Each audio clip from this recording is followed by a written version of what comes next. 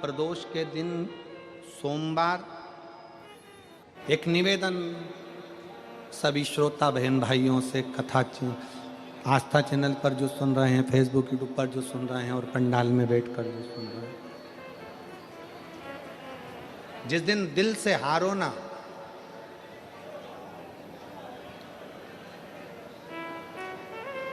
थोड़ी तकलीफों में अगर घिर जाओ, तकलीफें आ जाएं, कष्ट आ जाए, तकलीफें जिस दिन तुम्हारे भीतर बहुत ज़्यादा मात्रा में आ जाए, उस दिन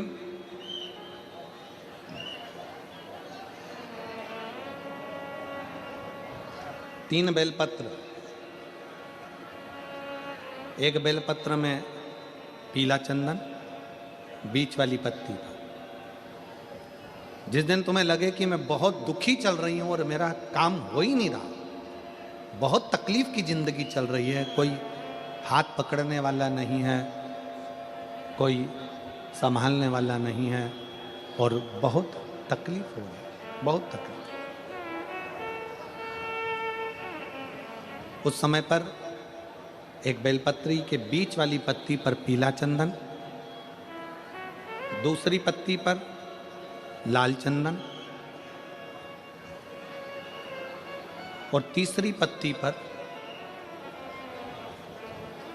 11 चावल गीले, पानी में उसको थोड़ा सा भिगो लें या धो लें, 11 चावल गीले शिव जी की उस पत्ती पर रखें। सबसे पहला पीला चंदन का बेलपत्र, दूसरे नंबर पर लाल चंदन का बेलपत्र, तीसरे नंबर पर जो 11 चावल आपने धोकर रखे हैं वो हाथ की हथेली में रखना है और हाथ की हथेली में रखकर अपनी कामना कर कर भगवान शंकर से विनय कर कर पंचाक्षर मंत्र नमः शिवाय या षडाक्षर मंत्र ओम नमः शिवाय या श्री शिवाय नमस्तुभ्यम बोलकर उस बेलपत्र पर सीधे हाथ में रखकर उल्टे हाथ का स्पर्श कर कर बाबा से अपने मन के भाव कहकर शंकर के शिवलिंग पर उसे समर्पित कर दीजिए। एक ही लोटा जल, जहां से जल बहता है अशोक सुंदरी वाली जगह, एक ही लोटा जल जहां से जल बहता है उस जल बहने वाली जगह पर 3 बार उस जल को अपनी कामना कर कर श्री शिवाय नमस्तुभ्यम या पंचाक्षर मंत्र या षडाक्षर मंत्र बोलकर 3 बार उस स्थान पर गिरा दीजिए। गिराने के बाद में बाबा से विनय कर कर अक्षत वाली जो बेलपत्र है, एक बेलपत्र और एक अक्षत उसमें से अपने लिए लेकर आ जाओ। उसको 2 महीना 3 महीना अपने घर में रखिए। जितना भी दुख है धीरे धीरे बाबा समाप्त कर कर खुशियां घर में लेकर आता ही है। दुख समाप्त होगा, खुशियां घर में आएगी जरूर। बेटा बेटियों का विवाह नहीं होता, उन बेटा बेटियों के लिए मान लो अगर कोई ग्रह ऐसे हो गए कि भाई संबंध टूट गया और संबंध टूटने के बाद तलाक हो गया, होने के बाद दूसरा विवाह ही नहीं हो रहा, संबंध टूटने के बाद मंगल विवाह दूसरा हो ही नहीं रहा, तो प्रयास करिएगा। माँ जगतजननी जगदम्बा का हाथ इस तरह से रहता है, आपने दर्शन करे होंगे पार्वती मैया के शिव मंदिर में, तो पार्वती जी का हस्त कमल शंकर जी की साक्षी में हमेशा बंधा हुआ रहता है, शिव की साक्षी में। महाराज प्रदोष काल में, प्रदोष के दिन कभी भी, किसी भी प्रदोष के दिन, वैसे तो मूल है इसमें सोम प्रदोष का वर्णन, सोमवार की जो प्रदोष पड़े उसका मूलता माना गया है, पर आप प्रयास करना कि किसी भी प्रदोष के दिन जिसका तलाक हो चुका हो, जिसका संबंध खराब हो चुका हो, संबंध हो ही नहीं रहा हो वापिस से, सोम प्रदोष के दिन जहां मां जगतजननी का हस्त कमल बंधा रहता है और शंकर भगवान का शिवलिंग है। आप लोगों ने कथा सुनी होगी कि सबसे पहली यज्ञोपवीत संस्कार, सबसे पहला यज्ञोपवीत संस्कार किसका हुआ था? और किसने किया था? महाराज, सबसे पहला यज्ञोपवीत माता ललिता देवी ने भगवान शंकर को यज्ञोपवीत धारण करवाया था।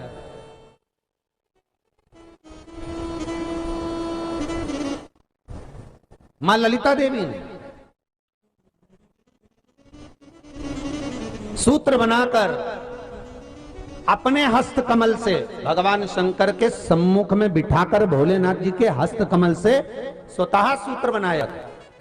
भगवान शंकर प्रसन्न हो गए थे, बहुत प्रसन्न भोलेनाथ जी। इसलिए शंकर भगवान ने ललिता देवी को 2 वर दिए थे।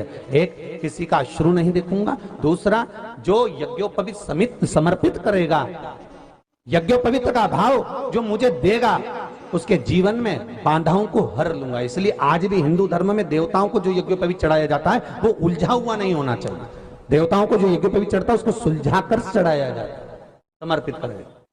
अब कई विद्वान ब्राह्मण ऐसा कैसे यज्ञोपवीत में हल्दी लगाकर छोड़वा देते हैं, परंतु वो उलझा हुआ रहता है। वो सुलझा हुआ अगर चढ़ाएगा तो जो जजमान पूजन कर रहा है, जो जजमान पूजन में लगा हुआ है, उसको पूर्ण फल की अनुभूति हो, पूर्ण फल का प्राप्ति हो, और ब्राह्मण भी बंधन से मुक्त हो।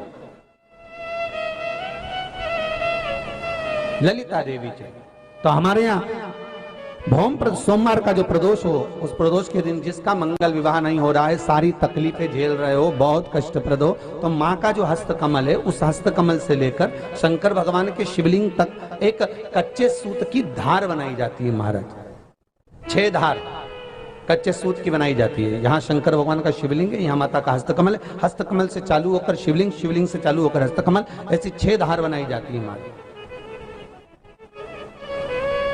और धार बनाकर उस धार पर माखन का लेपन किया जाता है भगवान शिव को। जैसा ललिता माता ने भगवान शंकर से वर प्राप्त करा था, उसी तरह फिर उस लेपन को लगाने के बाद उसको उतारकर उसी को लपेटकर शंकर भगवान पर उसको चढ़ा दिया जाता है, मात्र अपनी मंगल विवाह की कामना कर कर। अगर कोई कुंवारी अवस्था में कर रहा है तो उसमें हल्दी लगाए, और अगर कोई शादी होने के बाद, संबंध टूटने के बाद दूसरी शादी के लिए कर रहा है तो उसमें हल्दी ना लगाए। बस इतना अंतर रहता है। शिव महापुराण की कथा कर रहे हैं। 3 स्थान का स्पर्श रोग का निवारण कर देता है। 3 जगह पर चढ़ाया गया अक्षत हमारे मन को एकाग्रित कर कर और हमें अपनी मंजिल तक पहुंचा देता है। और प्रदोष और शिवरात्रि के मिलन का महोत्सव हमारे जीवन को आनंदता देता है। प्रदोष का दिन, प्रदोष काल का समय, भगवान शंकर प्रदोष के दिन, प्रदोष काल में अपने भक्तों के घर पर नंदी के कान में जो बोल कर जाता है, शिवजी नंदी पर बैठकर उस भक्त के दरवाजे पर उसका कल्याण करने के लिए प्रदोष के दिन, प्रदोष काल में पहुंचते हैं। हर हर। प्रदोष के दिन, प्रदोष काल में देवाधिदेव महादेव उस शंकर के भक्त के घर जाते हैं, जो भगवान नंदीश्वर के कान में कहकर जाता। नंदी के कान में जिसने कहा,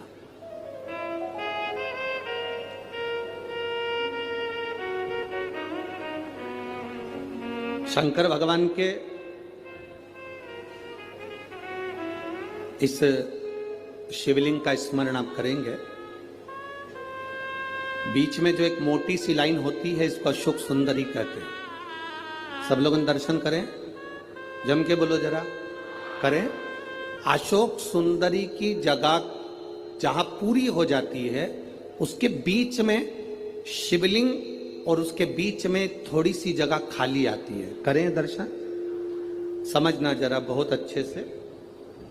जैसे ये अशोक सुंदरी की जगह है, हम निवेदन करेंगे आस्था चैनल वालों से भी और एलईडी वाले भी, जिन जिनको एलईडी पर आप दर्शन करा रहे हैं वो पूरी तरह से कराएं। गणेश जी का स्थान, षडानंद कार्तिकेय का स्थान, अशोक सुंदरी का स्थान बीच में। अशोक सुंदरी का जो स्थान पूरा हो जाता है, वहां से लेकर शिवलिंग के बीच में खाली जगह आती है। करें दर्शन आप लोगों ने, खाली जगह आती है। उस खाली स्थान की जो महत्वता है, ये जो अशोक सुंदरी से लेकर बीच में जो जगह है, ये भगवान शंकर की जो धर्म पत्नी है माता पार्वती, उनकी जो योगनियां हैं 64 योगनी, उनकी जो शक्ति पीठें हैं, उनकी जो सिद्धता है, उनकी जो सिद्धियां हैं, ये अशोक सुंदरी से शंकर के शिवलिंग के बीच में जो खाली जगह होती है, इस स्थान पर 64 योगनियां, देवियां, अष्ट सिद्धियां, नवनिधियां सब इस स्थान पर रहती है। इसलिए हमारे यहाँ शिव महापुराण की कथा कहती है, पूर्ण पूजन के बाद अगर कोई नारी, कोई पुरुष, कोई बच्चा, कोई बुजुर्ग अपने मन की बात का स्मरण इस जगह पर हाथ को रखकर, जैसे किसी के हृदय पर हाथ रखते हैं तो दिल धड़कता हुआ स्मरण होता है, उसी तरह यहाँ स्पर्श करेंगे और स्पर्श कर कर जब अपने मन की बात कहते हैं तो देवाधिदेव महादेव नंदी के साथ आकर प्रदोष के दिन कार्य की सिद्धता पूर्ण करते हैं। उस स्थान की मूलता होती है, वो स्थान समझ में आएगी ना जगह? अरे बोलो तो जम के। नहीं समझ में आई हो तो एक बार फिर वापिस समझ लीजिए, फिर समझोगा। स्थान देखिएगा, गणेश जी का स्थान, कार्तिकेय जी का स्थान, बीच में ये आ गई अशोक सुंदरी की मोटी सी लाइन। अशोक सुंदरी की लाइन जहां खत्म होती है, वहां से जो शिवलिंग रखा है, इसके बीच की जो जगह है, ये जो बीच में अशोक सुंदरी के स्थान से लेकर शिवलिंग के स्थान के बीच में जो खाली जगह है, ये 64 योगनियां, अष्ट सिद्धियां, नवनिधियां, सब कुछ मेरे देवाधिदेव महादेव ने माता पार्वती को अपने चित्तवृत्ति के साथ यहां अनुमति प्रदान कर रखी है। वहां का स्पर्श, वहां का मात्र स्पर्श और हमारे दिल की बात, शंभो शरणे मांगू घड़ी दुख काटो दया करी दर्शन। उस स्थान का स्पर्श हमें सुख देता, स्थान का स्पर्श।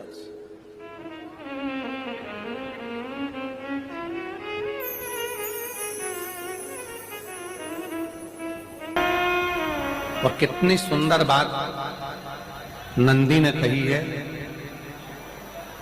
नंदी ने ये बात जो कही वो वास्तव में बड़ी सुंदर है कि मान लो यदि कोई कार्य तुम्हारा हो नहीं रहा और पूरी दुनिया में तुमने कर कर देख लिया, बहुत प्रयास कर कर देख लिया, तो भी वो कार्य अगर तुम्हारा नहीं होता, तो फिर एक काम करो कि शिव की स्तुति करो, शंकर की स्तुति, शंकर का गुणगान, शंकर की भक्ति, शंकर का स्मरण।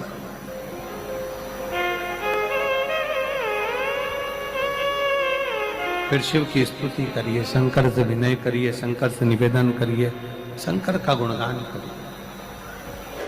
प्रदोष का दिन, प्रदोष काल, शाम का समय, भगवान देव अधिदेव महादेव माँ जगतजननी पार्वती जी के साथ में भ्रमण पर निकले। देखिए,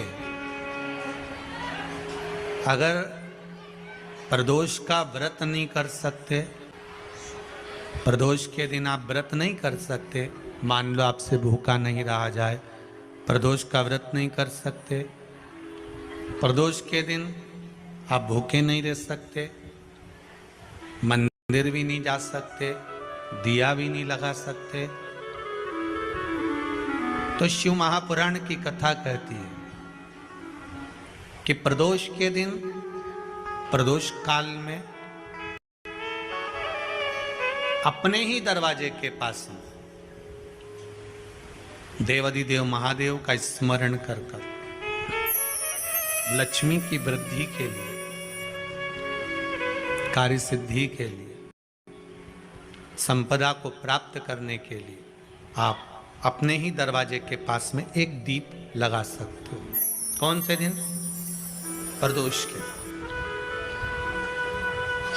एक बात और अच्छे से समझ लीजिए, जो बच्चे चिड़चिड़े होते हैं, चाहे घर में बेटे हों, बहुएं हों, सास हो, ससुर हो, परिवार में छोटे छोटे बच्चे हों, चिड़चिड़ प्रवृत्ति करते हों या चिड़चिड़ा स्वभाव हो, जरा जरा सी बात में क्रोध आ जाता हो, बोलने का भान नहीं रह पाता हो, शब्दों के बाण चलते हों, तो महाराज प्रदोष के दिन, प्रदोष काल में बेलपत्री के पेड़ के नीचे एक जो पत्ता आपके पास में हो, पान का मिल जाए तो पान का, पीपल का मिल जाए तो पीपल का, बेलपत्र का मिल जाए तो बेलपत्र का, उस पत्ते पर मात्र थोड़ा सा शहद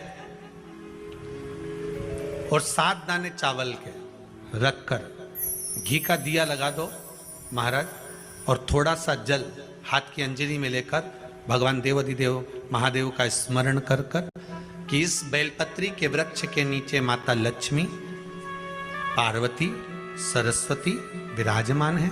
इसी बेलपत्री के पेड़ के नीचे मेरे देवाधिदेव महादेव का 12 ज्योतिर्लिंग का स्वरूप प्रकट है। उनका स्मरण कर कर जल चढ़ा दीजिए और उसका स्मरण कर लो जो चिड़चिड़ प्रवृत्ति करता हो, क्रोध करता हो, जिसको बोलने का भान नहीं होता हो, सम्मान नहीं देता हो, अपशब्द कहते हो, उनका स्मरण कर कर आप छोड़ेंगे। एकदम एक प्रदोष करेंगे, दूसरे प्रदोष तक तो आपको कोई दिक्कत ही नहीं। 2-3 प्रदोष कर कर देखिए, बाबा कृपा करें। बच्चों को पढ़ने का कह रहे हो, पढ़ने बैठो, पढ़ने बैठो, पढ़ने बैठो, पढ़ने बैठो, तो एक आध प्रयास बच्चों के लिए भी कर लिया करो कि भाई ठीक है, बच्चे लोग विद्या में प्रबल होंगे।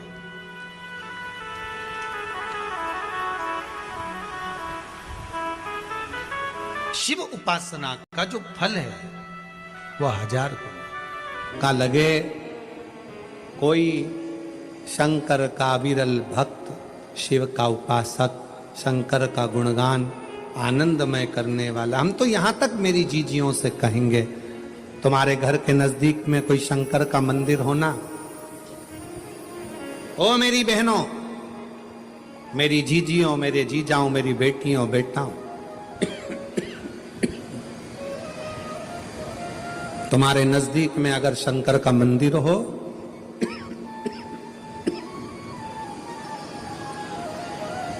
तो उस शिव मंदिर में सोमवार के दिन, प्रदोष के दिन यदि कुछ लोग एकत्रित होते हों, भजन करते हों, कीर्तन करते हों, कुछ नहीं तो अपने घर से एक बाल्टी में पानी भरकर उनको पिला कर आ जाया करो।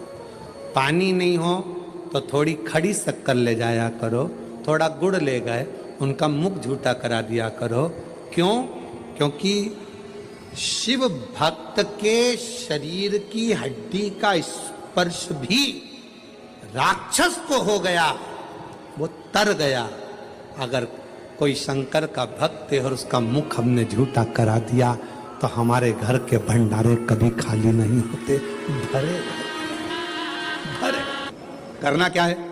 जब व्यक्ति को ऐसे गलत विचार आने लगे हैं पूजन के समय पर, अच्छी जगह पर, ये गलत गलत विचार, आप गलत कर नहीं रहे हो, आप मांसाहार नहीं कर रहे हो, आप किसी स्त्री को गलत नहीं देख रहे हो, आप किसी पुरुष को गलत नहीं देख रहे हो, आप किसी मदिरा की दुकान पर नहीं गए हो, पर आपकी विचार धारणा में अगर ये चीजें पूजन करते समय, भजन करते समय, अर्चना करते समय, मंदिर जाते समय, मंदिर में बैठते समय, मंदिर में उपवास करते समय, तुम्हारी बुद्धि में अगर ये चीजें आ रही हैं, मन में अगर ये चीजें पाठ करते करते भी अगर आ रही हैं, तो समझ लेना कि आपके ऊपर कहीं ना कहीं किसी ना किसी रूप में कोई अन्न किसी के घर का ऐसा खा लिया है जिसके कारण तुम्हारी बुद्धि थोड़ी सी भ्रष्ट हुई है। उसको सुधारें कैसे, उसको संवारें कैसे? अब किसी ने यही प्रसंग को सुनकर कहा, गुरुजी अगर किसी के घर का अन्न खाया है तो अन्न खाने के बाद तो वो पच गया, पचने के बाद वो गंदगी में निकल भी गया। अब तो वो विचार आना बंद हो जाना चाहिए। अब तो 1 साल हो गया, 2 साल हो गया, 1.5 साल हो गया, 6 महीना हो गया, तो भी वही विचार आ रहा है। तो हमारा निवेदन है, भोजन करने के बाद भोजन पच जाता है, भोजन करने के बाद भोजन समाप्त भी हो जाता है, पर उस भोजन से जो रक्त की 4 बूंदें बनती हैं वो इस शरीर में दिन रात तुम्हारे मरते दम तक दौड़ती रहती है शरीर में, वो रक्त की बूंद चलती रहती है। इसलिए विचार 1 साल, 2 साल, 4 साल, 6 साल, 15 साल जैसे चलते रहते हैं। उस विचारों को, गलत सोच को, गलत विचारों को, गलत दृष्टि को समाप्त कैसे करें? मेरी जीजियों, मेरे जीजाओं, मेरी बेटियों, बेटाओं, मेरी माताओं, मेरे भाई, मेरे बांधव, अपने को भी अगर गलत विचार आते हो, पूजन के समय पर पाठ करते करते गलत जगह पर अपना मन जा रहा हो, तो 5 प्रदोष, एक कटोरी में 1 चम्मच घी, गाय का, देसी गाय का 1 चम्मच घी, 1 चम्मच भी ना हो तो आधी चम्मच घी, आधी चम्मच भी अगर घर में ना हो तो 2 बूंद घी, 2 बूंद भी ना हो तो देसी गाय का 1 बूंद घी अपनी हथेली में मध्य में लगाकर, जो शंकर भगवान का, भगवान शिव जी का जो शिवलिंग होता है, उस शिवलिंग के ऊपर के भाग पर अपनी हथेली को रखकर, और जो अशोक सुंदरी वाली जगह है उस जगह पर अपनी हथेली का घर्षण करना चाहिए। लगभग 5 प्रदोष अगर आपने कर लिया तो निश्चित है आपकी बुद्धि में कभी गलत विचार पूजन करते समय आएगा ही नहीं, और गलत दृष्टि की ओर जाओ।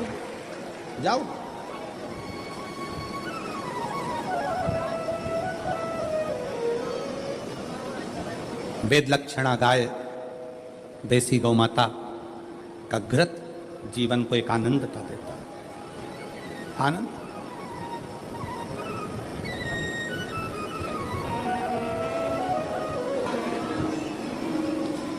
गौ माता का, देसी गाय का घृत, वेद लक्षणा गाय का 1 बूंद घृत हाथ की हथेली पर लगाकर शिवलिंग के ऊपर और अशोक सुंदरी की जगह पर घर्षण करने से जो गलत विचार, गलत सोच, गलत दृष्टि, गलत भाव, ये समाप्त हो जाता है। समाप्त हो। किसी सोमवार को 3 नियम बना लो।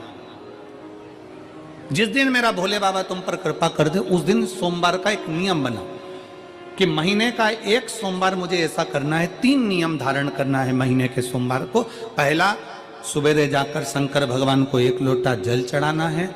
दूसरा, दोपहर के समय पर जाकर मुझे बेलपत्री के वृक्ष के नीचे एक चावल का दाना रखकर बेलपत्री की 7, 11, 21, 108, 51 जितनी परिक्रमा आप लगा सकते हो वो लगाना है। और तीसरा, बेलपत्री के वृक्ष के नीचे और शंकर के मंदिर के दरवाजे पर मुझे 1 घी का दीपक लगाना है। बस ये 3 नियम जिसने महीने में 1 बार ले लिया, समझ लो उसको पीछे हटने की जरूरत ही नहीं, वो आगे ही बढ़े। महीने के किसी 1 सोमवार का ऐसा नियम बना लो कि मुझे 3 नियम धारण करना है। महीने के किसी भी 1 सोमवार को, हम ये नहीं कहेंगे कि तुम सोमवार 5 पढ़ रहे हैं तो 5 को करो, 4 पढ़ रहे हैं तो 4 को करो, 3 पढ़ रहे हैं तो 3 को करो। तुम तो महीने का 1 सोमवार का नियम बना। और मेरी जीजियों से, मेरी बेटियों से जो विदेश में रह रही हैं, जो कहीं बाहर रह रही हैं, कहीं बड़े शहर में रह रही हैं, जो रोज मंदिर नहीं जा सकते, हर किसी महीने के 1 सोमवार को भी ये नियम निर्धारण कर सकते, तो उनसे कहेंगे कि 3 महीने में 1 सोमवार का नियम बना लो। 3 महीने में नहीं बना सकते तो 6 महीने में 1 सोमवार का नियम बना लो। और 6 महीने में नहीं बना सकते तो 1 साल में 1 सोमवार का ऐसा नियम बना लो कि मैं साल का 1 सोमवार ऐसा रहूंगी कि सुबह सोमवार के दिन मंदिर में जाकर जल चढ़ाऊंगी, दोपहर में जाकर बाबा को 1 अक्षत का दाना रखकर, अक्षत का मतलब है कि बाबा मेरी दिनों दिन उन्नति करना। बेलपत्री के वृक्ष के नीचे जो अक्षत रखा जाता है वो उन्नति के लिए रखा जाता है। शंकर के शिवलिंग पर जो अक्षत रखा जाता है वो रोग मुक्ति के लिए रखा जाता है। अशोक सुंदरी पर जो अक्षत रखा जाता है वो संतान प्राप्ति के लिए रखा जाता है। षडानंद कार्तिकेय की ओर जो अक्षत रखा जाता है वो हमारे बच्चों की सुख समृद्धि के लिए रखा जाता है। विनायक की ओर, गणेश जी की ओर जो अक्षत रखा जाता है वो हमारे घर में कोई मंगल कार्य आ जाए उसके लिए रखा जाता है। और जो पीठिका होती है जिसपे शिवलिंग रखा होता है, पार्वती जी का हस्तकमल, उस पर अक्षत रखा जाता है तो नारी के अखंड सौभाग्य के लिए रखा जाता है। अक्षत रखने का भी तरीका है। एक चावल का दाना कहां रखा जाता है, क्यों रखा जाता है, कैसे रखा। अब कई लोग कहते हैं गुरुजी ये शिव महापुराण में आप ये नियम बताते हो, तरीका बताते हो। हम तो उनसे कहेंगे डॉक्टर के पास जाओगे तो डॉक्टर भी गोली लिखकर ये नहीं कह देगा कि ये सारी गोली एक साथ खा जा। डॉक्टर भी कहेगा ये गोली सुबह खाना है, ये गोली शाम को खाना है, ये गोली दोपहर में खाना है, ये गोली भूखे रहकर खाना, बोलो सही है कि गलत है? ये रात्रि को खाना खाने के बाद खा लेना, ये खाना खाने के पहले, ये नाश्ते के पहले। और सुनो, ये दवाई, ये वाली पीछे वाली जो दवाई लो ना, इसको दूध से लेना, ये वाली जो दवाई लो ना, इसको पानी से लेना। और सुनो, ये डब्बी है, इसको पानी में मिलाकर फिर पीना। दवाई लेने का भी तरीका है, उसी तरह शिव महापुराण में एक एक अक्षत का भी तरीका है और एक एक बेलपत्री का भी तरीका है।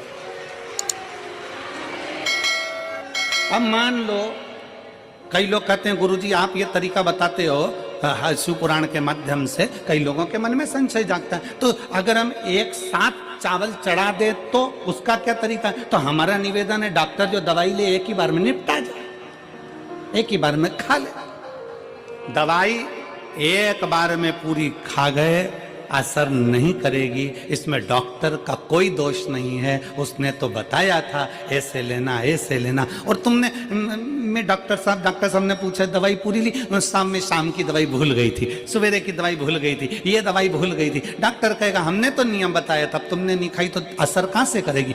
तुम असर कब करती है? जब हम पूजन के तरीके को जान जाएं, जब हम अर्चना के तरीके को जाएं।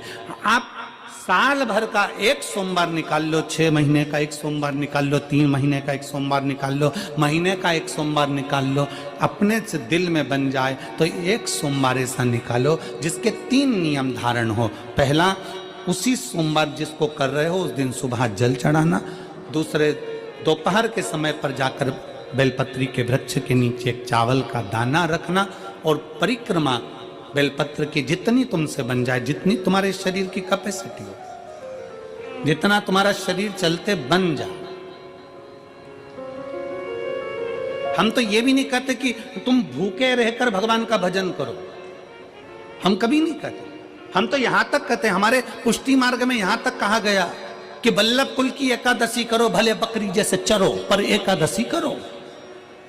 हम तो यहां तक कहते हैं कि बहुत समय से कल मेरी एकादशी है, एकादशी है, एकादशी है, एकादशी है, पूरे घर को हिलाकर रख दिया, एकादशी है, एकादशी, एकादशी है। बहू टेंशन में, बेटा डिप्रेशन में, पति पपीता ला ला के, सेव फल ला ला के, मूंगफली का दाना ला ला के, काजू कतली ला ला के, सेव फल ला ला के, और सारा सामान, साबूदाना और खिचड़ी और ना चिप्स ना जाने क्या क्या ला ला के, बेचारा पति एकादशी आती है वो नौमी से चिंता में पड़ जाता है।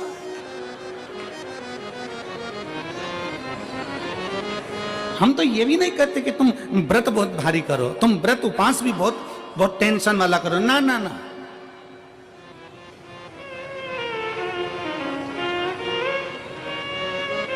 अपने को व्रत उपास भी इतना बहुत भूखे रह रहे हो, बहुत प्यासे रह रहे हो, और मालूम पड़े कि भगवान हमें मिलेगा, भगवान हमें मिलेगा। भगवान कहता है कि देख भाई, मैं भी भूखा नहीं रहता, तू भी भूखा मत रहे, मैं भी चकाचक रहता हूँ, तू भी चकाचक रहे, मैं भी अपने। और भगवान शंकर तो ये भी कहते हैं कि अपना परिवार भी मत छोड़ो, मेरे पास में पार्वती भी, एक ही देवता है जो विद फैमिली मंदिर में बैठता है।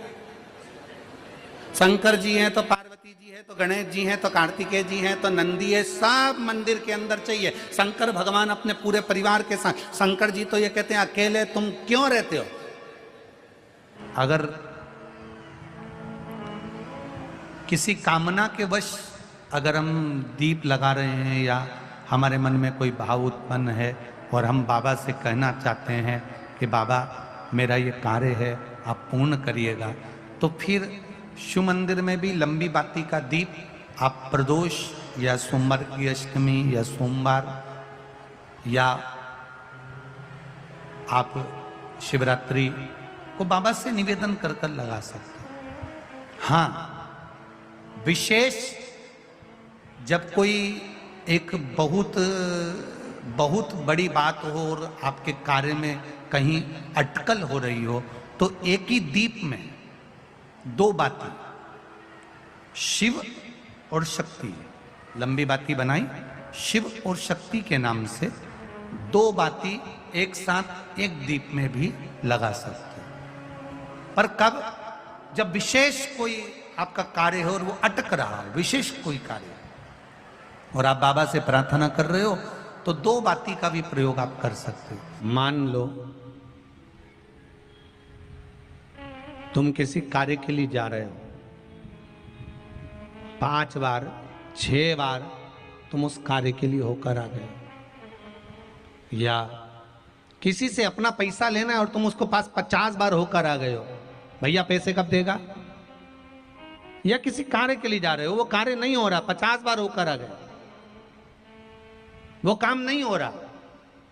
शिव महापुराण कहती है लाल चंदन, कौन सा चंदन, लाल चंदन को अच्छा घिसो और घिसकर तैयार कर कर बेलपत्री के ये जो दोनों भाग हैं, दर्शन हो रहे हैं आप लोगों को। लाल चंदन घिसो और घिसकर बेलपत्री के ये दोनों भाग हैं, दोनों पत्तियां जो नीचे की हैं, इसमें उस चंदन को लगा लीजिए। अगर किसी से आपको पैसा लेना है, वो नहीं दे रहा, या कोई काम है या जॉब है या नौकरी है या उसके लिए, या कोई विद्या अध्ययन का कोई कार्य है, कोई स्कूल में पढ़ाई कर रहे हो और वो कार्य नहीं हो रहा, 5 बार 6 बार करके देख लिया नहीं हो रहा, तो ये दोनों पत्तियों पर लाल चंदन लगाओ। लाल चंदन लगाने का मतलब ये नहीं कि जरा सी तुम बिंदी लगा दो, लाल चंदन जो घिसा है उसको पूरी पत्तियों पर अच्छे से फेरना है, उस लाल चंदन को लगा लीजिए। और महाराज बीच की पत्ती में थोड़ा सा घृत, घृत मतलब गाय का घी, गौ माता के दूध से माखन से निर्मित उस घी को बीच की पत्ती में थोड़ा सा लगा लीजिए। और जो अशोक सुंदरी वाली जगह है, जानते हो ना आप लोग अशोक सुंदरी की जगह, आपको पहले भी कथा में कहा, समझ लीजिए। ये शिवलिंग है, ये जलाधारी पर रखा हुआ है, ये गोल जलाधारी है, यहां से पानी नीचे गिरता है, ठीक है, ऐसे होता ना शिवलिंग। तो शंकर भगवान का पूरा परिवार शिवलिंग के आसपास में होता है।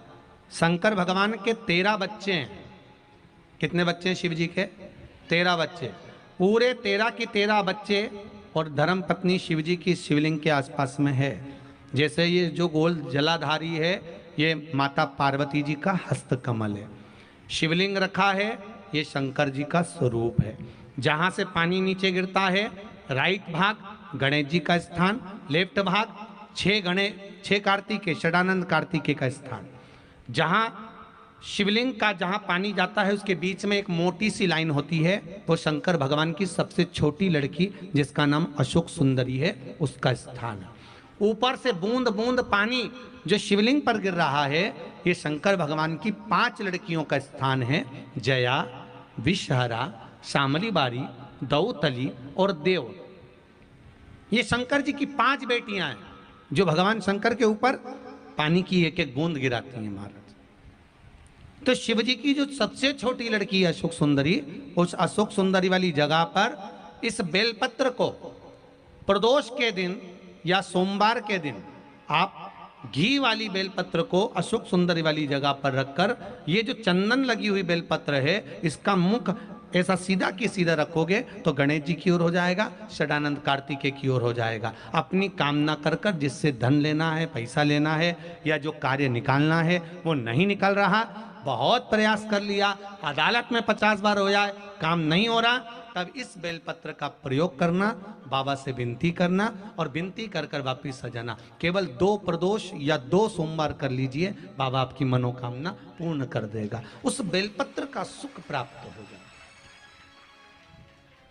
बेलपत्र पर इतना याद रखना, जो चंदन लगा हुआ भाग है वो नीचे होना चाहिए, अशोक सुंदरी की ओर। घृत का भाग अशोक सुंदरी की ओर होना चाहिए, नीचे की ओर, नहीं तो मालूम पड़े तुम ऊपर उल्टा रख दो उसको।